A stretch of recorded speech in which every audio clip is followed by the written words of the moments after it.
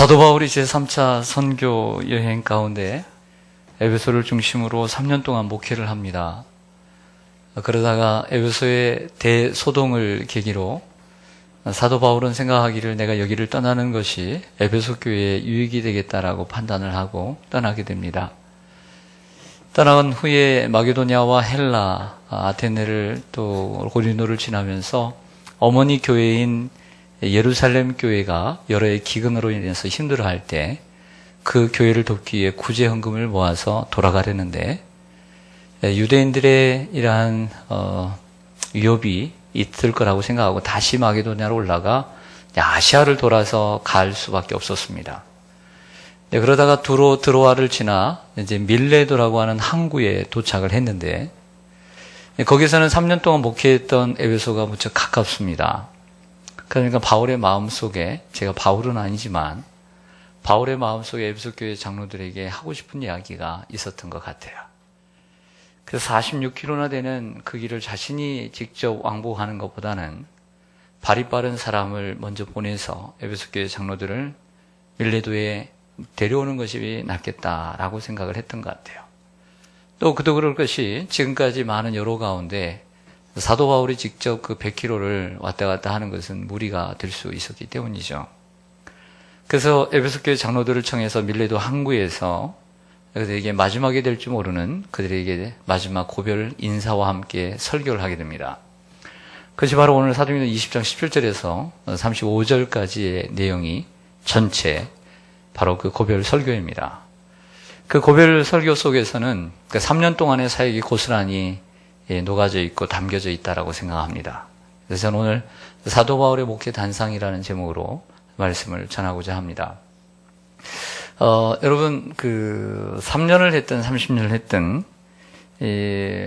목회를, 다 잘하고 싶겠죠. 목회를 못하고 싶은 사람이 있을까요, 없을까요?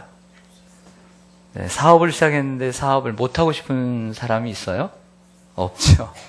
목회를 못하고 싶은 사람은 없어요. 그렇다면, 그 목회자가 목회를 잘했는지 못했는지는 누가 판단할까요? 누가 판단할 수 있을까요? 주님이 판단하실 수 있죠. 하지만 오늘 이 18절과 19절에 17절과 18절을 보면 이렇게 나와 있습니다. 오늘은 화면을 좀 준비를 했어요. 바울이 밀레도에서 사람을 에베소로 보내어 교회 장로들을 청하니 오매 그들에게 말하되 아시아에서 들어온 첫날부터 지금까지 내가 항상 여러분 가운데서 어떻게 행하였는지를 따라하겠습니다. 여러분도 아는 바니. 여러분들이 안다는 거예요. 목회를 잘했느냐 못했느냐 판단하는 것은 주님이 판단하시지만 그래도 어느 정도 이 세상에서도 목회를 잘했는지 못했는지 그러한 증거가 확연히 드러날 수 있다라고 하는 것이죠.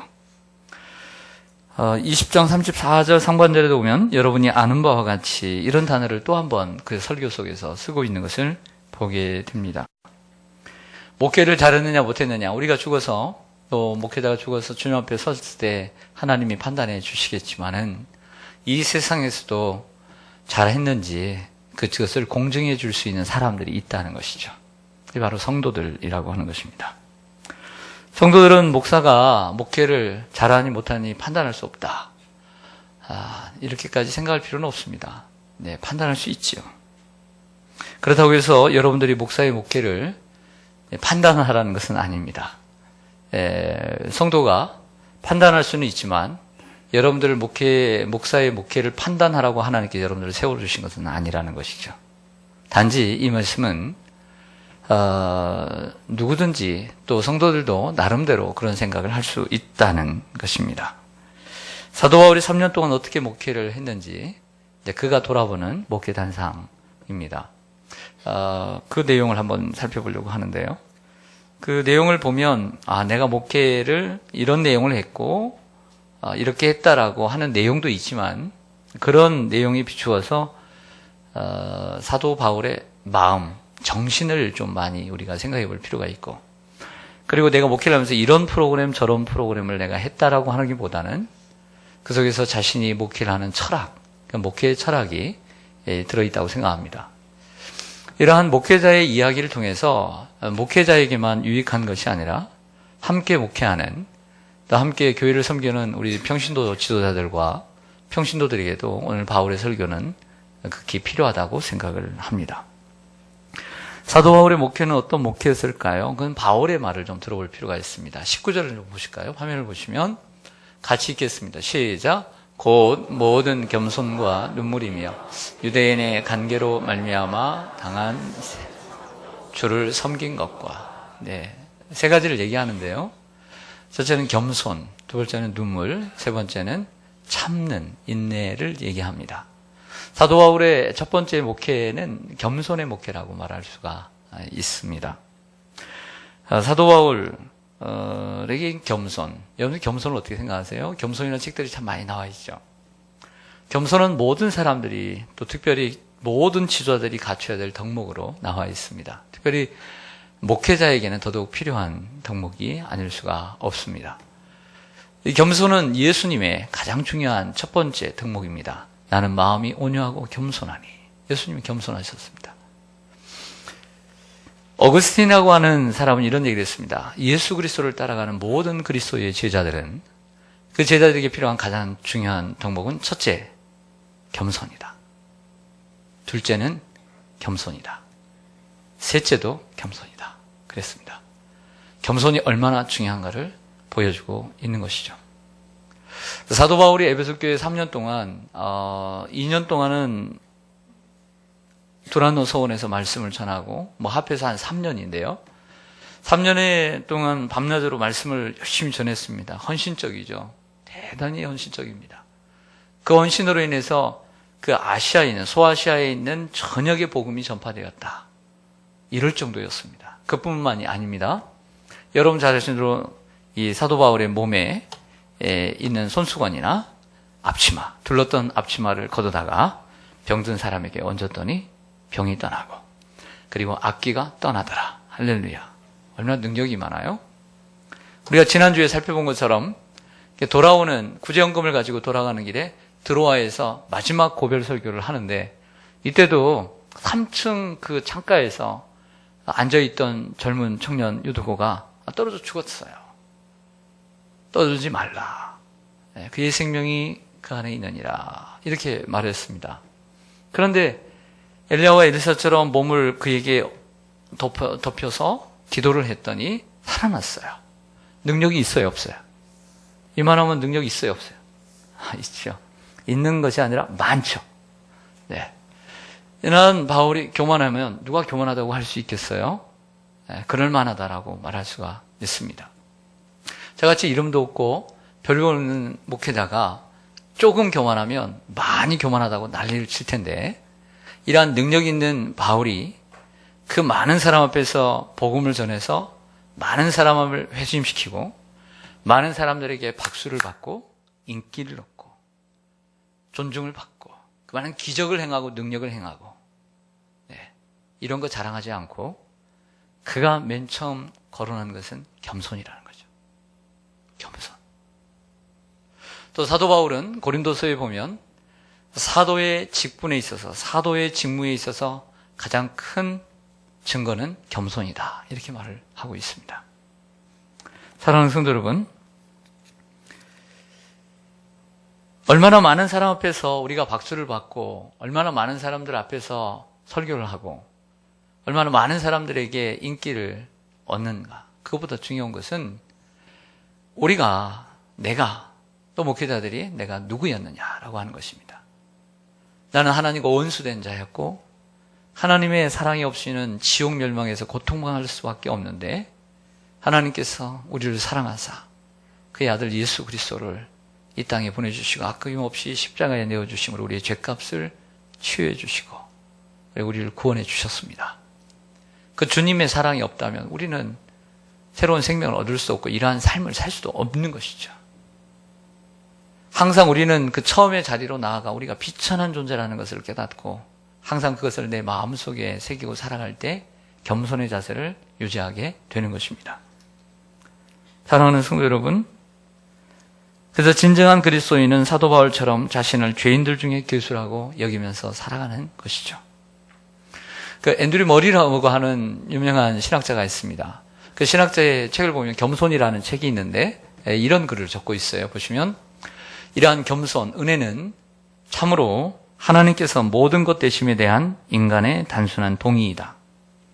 이것으로 인해 인간은 하나님께서 홀로 일하심에 자기 자신을 순복시킨다. 겸손이라는 것은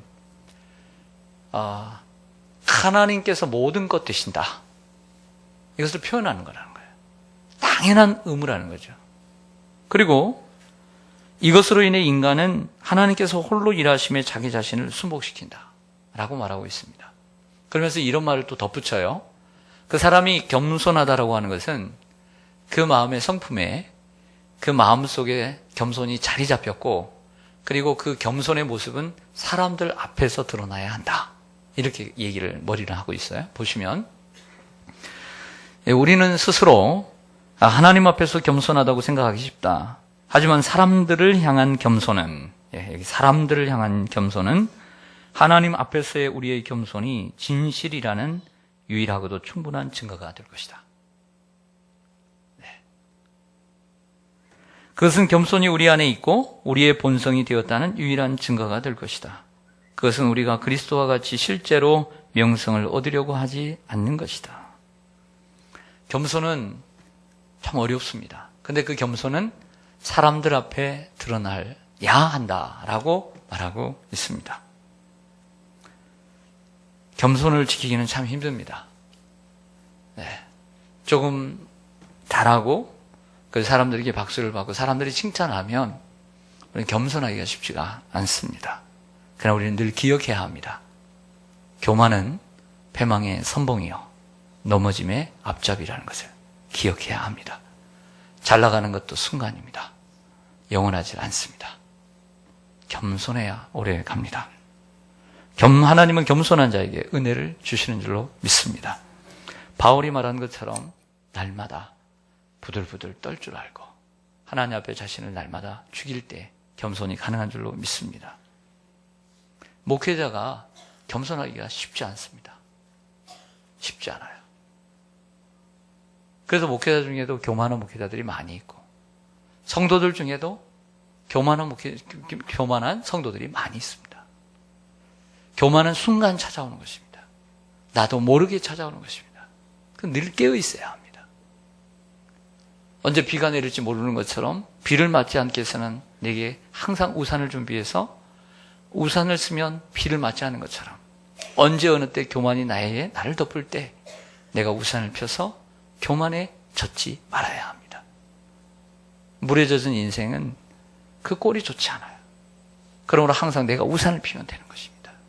하나님의 전신갑주를 입어야 될 줄로 믿습니다. 여러분들이 생각하는 목회자 상 가운데 그 겸손한 목회자의 상은 어떤 모습이에요? 어떤 목회자가 겸손하다고 생각하세요? 네, 저처럼 웃고 이렇게 항상 웃고 인사도 먼저 가서 90도로 우리 성도님들에게 90도로 인사를 하고 항상 온유하고 저 말고요. 이렇게 해야 그분이 참 겸손합니까? 그렇겠죠. 우리가 누가 사람들이 지나는데도 먼저 나와서 어른이 가는데도 인사할 줄도 모르는 사람을 가리켜 그 사람이 참 겸손하다라고 말하지는 않아요. 그렇지 않아요? 모른 채 하고 제대로 인사성도 없는 사람에게 우리는 그 사람이 참 겸손하다라고 말하진 않아요. 당연히 기본은 있어요. 때로는 당연히 인사해야 되는데 인사하지 않을 때 그렇게 그것 하나 가지고도 또 우리는 교만하다라고 생각할 수도 있는 것이죠. 그래서 어려운 거예요. 그러나 사도 바울은 항상 그랬을까요? 항상 부드럽고 항상 온유하며 항상 그렇게 싫은 소리도 하지 않고 늘 성도들을 그렇게 대했을까요? 저는 그렇게까지는 생각 안 해요. 20절 말씀을 보면 그런 뉘앙스가 생각납니다. 20절 보시면 유익한 것은 무엇이든지 공중 앞에서나 각 집에서나 거리낌 없이 여러분에게 전하여 가르치고. 다시 하겠습니다. 거리낌이 없이 사랑하는 여러분, 여러분들 누군가 이렇게 가르칠 때 거리낌 없이 가르칠 수 있다는 게 쉬울까요? 어려울까요? 네, 여러분들이 낳고 기르는 자녀들에게도 거리낌 없이 가르칩니까? 네? 얼마나 조심합니까? 네. 근데 나하고도 상관이 없는 사람에게 거리낌 없이 가르치기가 쉽습니까? 쉽지가 않죠. 목회자라고 성도들에게 거리낌 없이 가르치기가 쉬울까요? 공중 앞에서나 어떤 사람 앞에서나 사람을 불문하고 환경을 불문하고 잘못된 것이 있으면 그때그때마다 지적하고 하나님의 말씀을 갖다 대서 그 사람이 상처를 받든 안 받든 받아들이든 안 받아들이든 거리낌이 없이 복음을 전했어요. 거리낌이 없이 훈계를 하고. 이게 쉬울까요? 그럼 성도들이 좋아할까요? 이게 쉽지 않아요. 근데 사도 바울은 자신이 겸손의 목회를 했다고 하면서도 공중 앞에서나 사람 앞에서나 어떤 환경에서도 거리낌 없이 가르치고 권면하고 훈계했다고 그랬어요.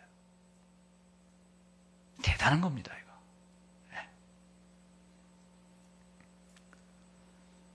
사람들이 생각하는 겸손이란 차분하고 조용하고 부드러운 것을 생각하는데 당연히 그렇죠. 그래야 합니다. 하지만 그것보다 더 중요한 것은 참된 겸손이란 하나님 앞에서 하나님을 두려워하는 마음의 자세예요. 진정 하나님을 두려워할 줄 알면, 그리고 자신이 어떤 존재였다는 것을 알게 되면 당연히 사람들 앞에서도 어떻게 행할 것을 하나님이 가르쳐 주시라고 믿습니다. 27절에서 30절을 좀 보실까요? 화면을 보세요. 여기에도 보면 이런 말씀이 있어요. 그 고별 설교 가운데 이는 따서 하겠습니다. 내가 꺼리지 않고 하나님의 뜻을 다 여러분에게 전하였습니다. 다시 한번 이런 얘기를 하잖아요. 여러분은 자기를 위하여 또는 온 양떼를 위하여 삼가라. 성령이 그들 가운데 여러분을 감독자로 삼고 하나님이 자기 피로 사신 교회를 보살피게 하셨느니라. 내가 떠난 후에 사나운 이리가 여러분에게 들어와서 그 양떼를 아끼지 아니하며 또한 여러분 중에서도 제자들을 끌어 자기를 따르게 하려고 어그러진 말을 하는 사람들이 일어날 줄을 내가 아노라. 에베소 교회 장로들에게 이제 이런 부분도 터치를 합니다. 어떤 부분을 터치하냐면 교회라고 하는 것은 늘 안전하지 않다. 사나운 이리가 언제 쳐들어와서 즉 성도들 양떼들을 물어갈지 모른다. 또한 너희들 중에서도 하나님을 따르지 않고 자기를 따르는 당을 지켜하고 이런 사람들이 일어날 것이라고 나는 확신한다. 안다. 이렇게 얘기를 했어요. 교회는 늘 깨어 있어야 합니다. 그래서 이 에베소 교회 장로들에게 이러한 감독자로 삼고 또 교회를 보살피는 이러한 보호자로서 세워주셨다라고 했습니다. 어떤 목사님의 그 목회 단상에 이런 글을 올렸어요. 한번 들어보세요. 제가 그대로 가져왔습니다. 지난 주일에 우리 교회는 2명의 본교회 회원 가로 열고 입교인 가로 닫고 에게 이단 신봉 및 성도 미혹의 죄로 출교 선언을 하였습니다. 그 중에는 우리 교회에서 처음 믿음 생활을 시작해서 학습 세례까지 받은 사람도 있기에 나이와 신분에 상관없이 그 사람에게 저는 유일한 영적 아비나 다름이 없다고 봐야 합니다. 또한 신앙생활이 중단되었다가 우리 교회에서 은혜 받고 다시 믿음의 길로 들어선 사람의 경우에도 목회자적 심정은 동일한 아비의 심정입니다. 물론 그런 아비의 심정으로 그들을 돌아보았는가를 물으면 부끄러움이 많습니다.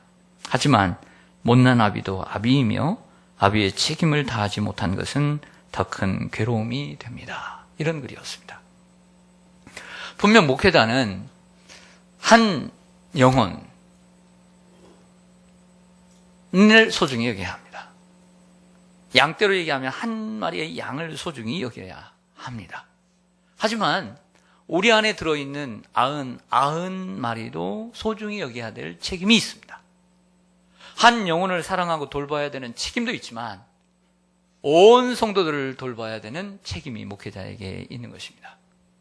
만약에 한 영혼 때문에 다른 영혼들이 힘들고 그리고 이단에 넘어가거나 미혹을 받게 된다면 그 한 마리의 양을 쳐야 합니다.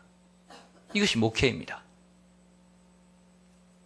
우리의 몸에 상처가 났습니다. 그런데 그 상처 어떻게 해야 합니까? 때로는 고쳐야 됩니다. 이게 초기 단계라고 하면 치료를 받아서 빨간약도 바르고 후신도 바르고 병원에 가서 주사도 맞고 그리고 매일 치료해야 합니다. 짜내야 합니다. 하는데 그러나 내 몸을 살리기 위해서는 이것을 잘라야 된다. 자르지 않으면 죽는다는데 어떻게 합니까? 아파도 배기 싫어도 잘라야 내가 살 수 있다면 잘라야 하는 것입니다. 그거 아닙니까? 그건 죽겠습니까? 그건 아니잖아요. 상태에 따라서 우리는 치료를 해야 되는 상태가 있고 때로는 잘라야 되는 상황이 때로는 있는 것이죠. 이 목사님의 고백처럼 말입니다. 그러므로 에베소 장로들에게 여러분은 자신과 온 때를 양떼를 위하여 삼가라. 성령이 그들 가운데 여러분을 감독자로 삼고 하나님이 자기 피로 사신 교회를 보살피게 하시느니라.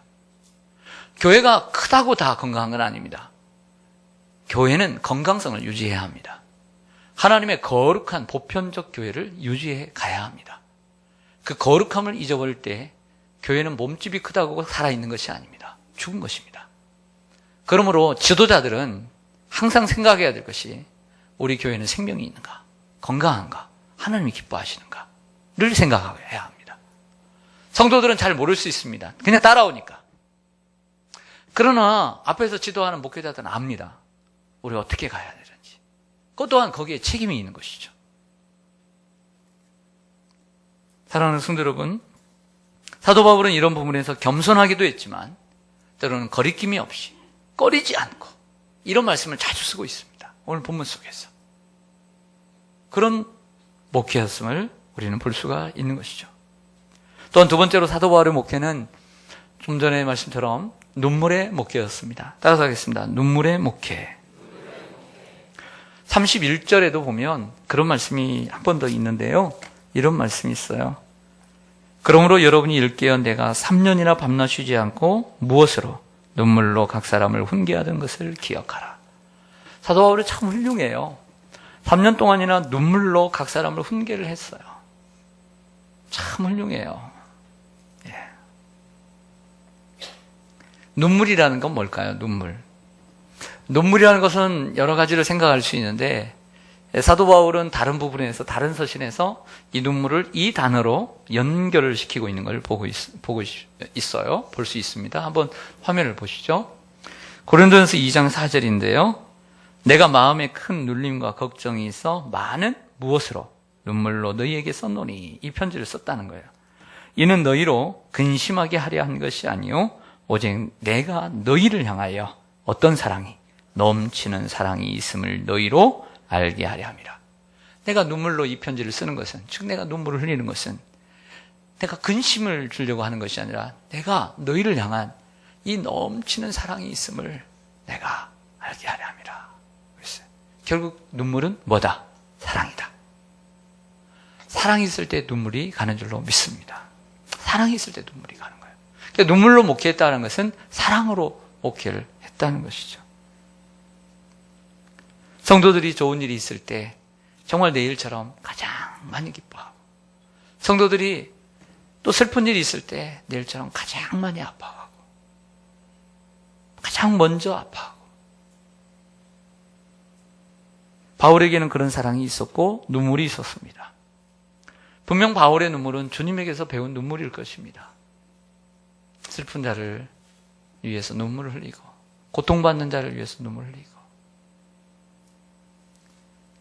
이 시대의 목회자들이 배워야 될 중요한 목회의 덕목이라고 믿습니다. 그리고 평신도 사역자들, 영혼을 돌보는 이 구역장님들, 그리고 교사들. 아니 그렇지 않더라도 주님을 따라가는 우리 모든 그리스도의 제자들은 바로 주님을 따라서 이러한 겸손과 눈물을 본받아야 될 줄로 믿습니다. 눈물이 식었다면, 눈물이 메말랐다면 우리에게 하나님께서 눈물을 주시기를 원합니다.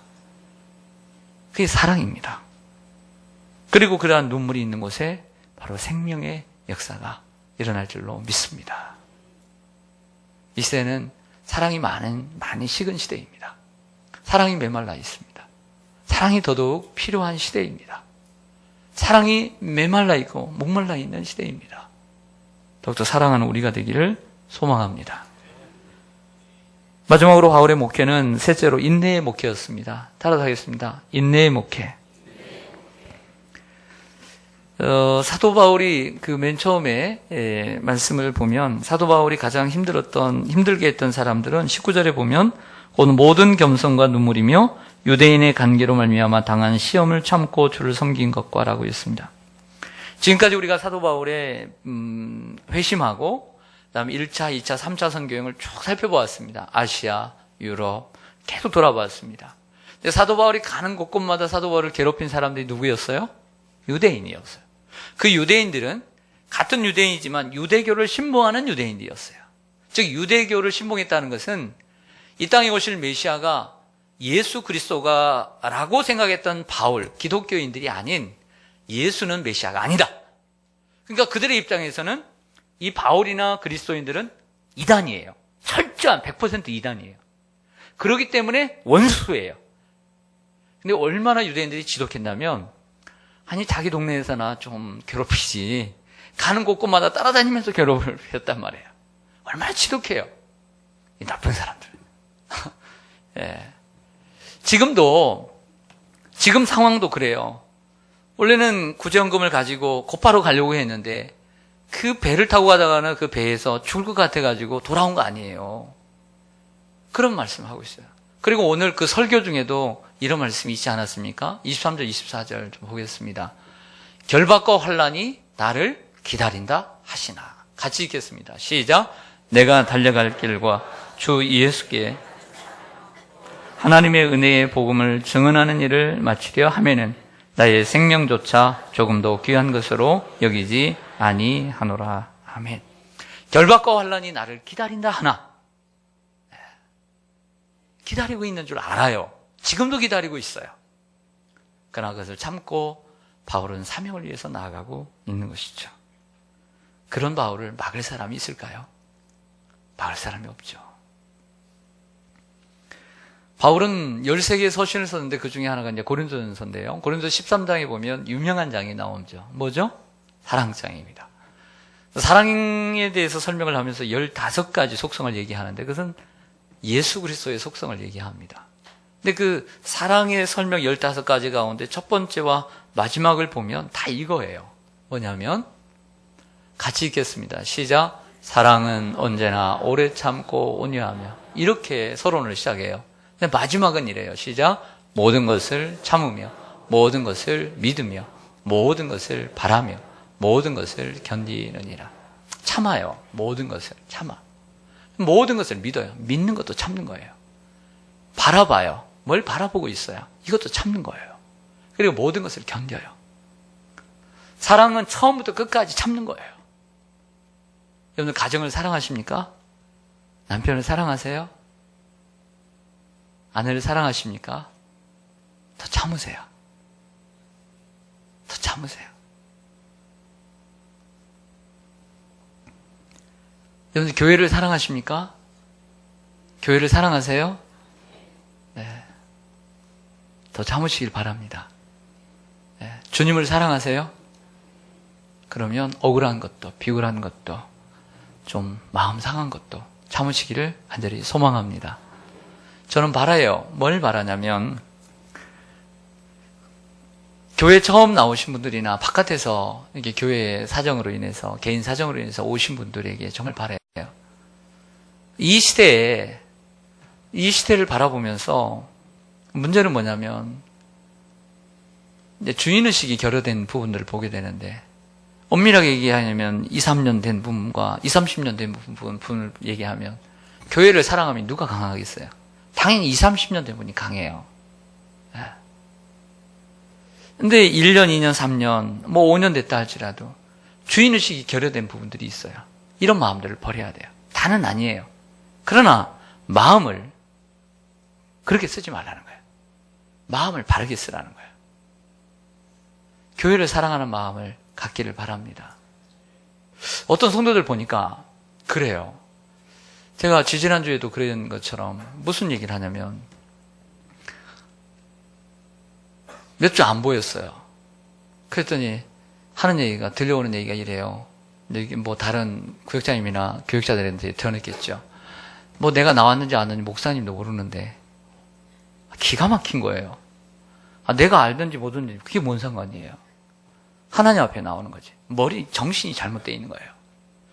1000명, 2000명, 10,000명이 된 교회 목사님이 그 성도가 나왔는지 알겠어요? 모르겠어요? 알아요? 몰라요? 그럼 목사님 보고 나오나요? 그래서 물었어요. 그러면 그전에는 교회를 다닐 때는 그런 생각 가지고 있었느냐고. 교회가 자그만해서 몰랐대요. 목사님 우리는 다 아니까. 세상에 그렇게 생각하면 안 되죠. 그전에 교회를 다닐 때는 교회가 조그만하니까 크든 작든 자기가 뭘 맡았으니까 교회를 빠진 적이 없대요. 근데 우리 시온산교회 와서 주일을 빠진대요. 그러니까 남들도 그렇고, 그리고 뭐 나 하나 빠져도 별로 큰 문제 없고. 왜 전에는 그런 생각을 가졌고 갖지는 않았는데 왜 우리 교회 가서 그런 생각을 가져요? 우리 교회가 잘못된 게 아니에요. 그분이 교회를 옮기면서 그분의 생각이 잘못되어진 거예요. 주일은 본교회에서 지키는 것이고, 목사가 혹 모른다 할지라도 알든 모르든 본교회를 사랑하는 마음으로 그전에도 그렇게 목숨을 걸고 지켰으면 주일을 지키는 것이고, 할렐루야, 그런 마음을 늘 가져야죠. 이것이 하나님 앞에 바른 마음 아니겠습니까? 사랑하는 성도 여러분, 참는 사람이 신앙생활을 잘합니다. 들쑥날쑥한 것보다 꾸준한 사람이 잘하는 것입니다. 꾸준하시기를 축원합니다. 꾸준해야 돼요. 우리 이부성가대 시작된 지가 한 10년 됐나요? 그 전에 이제 뭐 할렐루야 성가대 오래됐겠죠. 예. 꾸준하게 이 아침에 2부 예배에 섬겼다. 일단 인정을 해야 돼요. 꾸준한 거니까. 이걸 누가 감히할 수 있겠어요? 꾸준한 건 못 이기는 거예요. 근데 좀 꾸준해도 좀 수준 높게 꾸준했으면 좋겠다. 우리가 어떤 기준을 정할 때 꾸준하긴 한데, 기준이 좀 낮아가지고 좀 꾸준한 것보다는 기준을 좀 높여가지고 꾸준한 게 좋지 않겠어요? 할렐루야.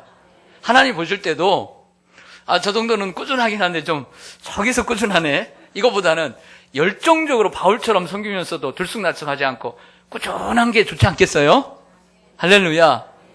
예, 수준을 좀 높여서, 기준을 높여서 꾸준하시기를 주님의 이름으로 간절히 축원합니다.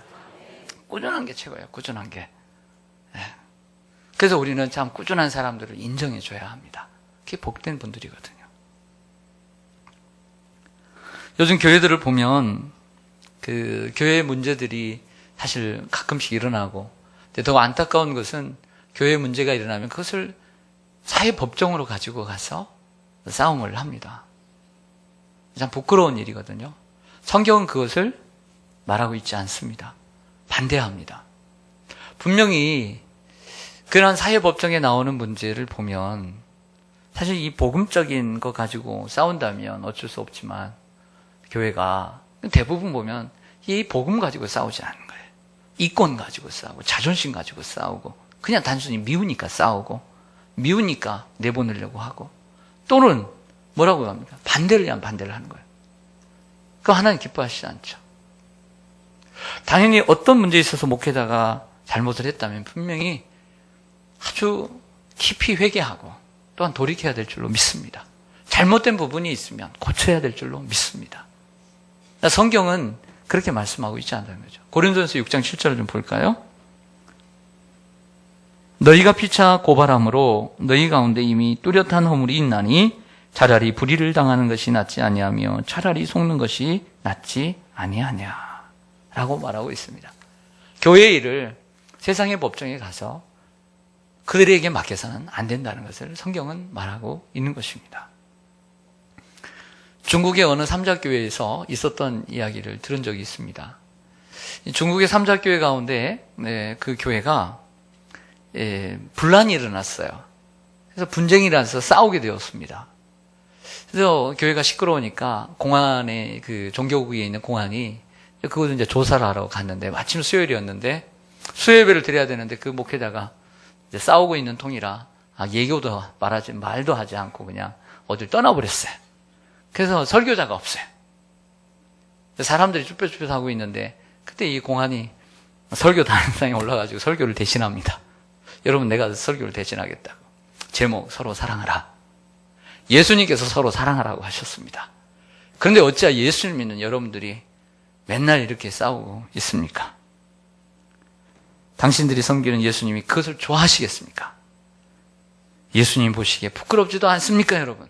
이렇게 설교를 했다는 거예요. 자, 얼마나 부끄러운 이야기입니까? 네. 우리가 서로 참고 참아야 될 줄로 믿습니다. 그래서 어떤 젊은 목회자가 존경스러운 박존수 목사님에게 이런 부탁을 했대요. 목사님, 제가 이렇게 목회 전설에 나가는데, 제가 목회를 할 때 꼭 필요한 이야기, 어떤 지침들을 좀 얘기해 주세요. 그래서 이 박존수 목사님이 우리 교회 붕에도 오셨죠. 그 10가지를 얘기를 했어요. 한번 들어보실래요? 원래는 첫 번째만 읽으려고 그랬는데 끝까지 한번 읽어볼까요? 1. 인내하라. 참고 또 참으라. 이래도 저래도 참으라. 이게 1번이에요. 2. 서두르지 말라. 심고 물주고 키워야 거목이 된다. 3. 야단치지 말고 칭찬하라. 4. 편애하지 말라. 미운 사람에게 떡 하나 더 줘라. 5. 실수하지 말라. 실수가 있으면 인정하고 약속은 지켜라. 6. 인정받으라. 인격과 삶에서, 언어와 삶에서, 신앙과 삶에서. 7. 영적 지도력을 회복하라. 8. 목회에 올인하라. 9. 바른 교회론을 지키라. 한 사람 목회 철학을 잊지 말라. 10번째, 균형을 지키라. 지성과 영성, 이성과 감성, 말씀과 성령, 믿음과 행함으로 균형을 잡으라. 네, 이렇게 제가 항상 붙여놓고 가끔씩 보고 있습니다. 첫 번째, 참고 또 참아라. 이래도 저래도 참아라. 40년 목회를 한 교회에서 한 목사님의 지침입니다. 잘 못 참지만 참으로 사도 바울의 목회 단상을 보면서 참으로 부끄럽지만 닮아가려고 조금이라도 노력을 합니다. 여러분들도 오늘 바울의 설교를 통해서 목회자의 마음을 여러분들 이해를 하고 함께 나아가시기를 주님의 이름으로 간절히 축원합니다. 기도하겠습니다.